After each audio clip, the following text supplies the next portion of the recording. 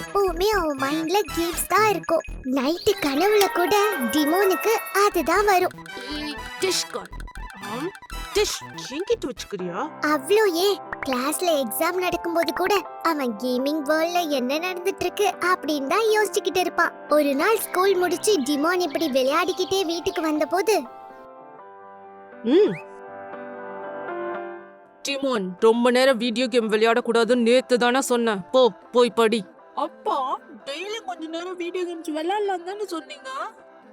கொஞ்ச நேரம் கழிச்சு அவன் அப்பா ரூமுக்கு போய் பார்க்கும்போது, உன்கிட்ட கேம் விளையாடுறத ஸ்டாப் பண்ண தானே சொன்னேன். இப்போ நீ தொடங்கி 2 மணி நேரத்துக்கு மேல ஆயிடுச்சு. That's it. போனை கொடு. அப்பா ப்ளீஸ் பா, 10 மினிட்ஸ் மட்டும்ப்பா, ப்ளீஸ் ப்ளீஸ். டிமோனோட கேம்ஸ் எல்லாம் அவனோட அப்பா எடுத்துக்கிட்டு போயிட்டாரு. Bad daddy.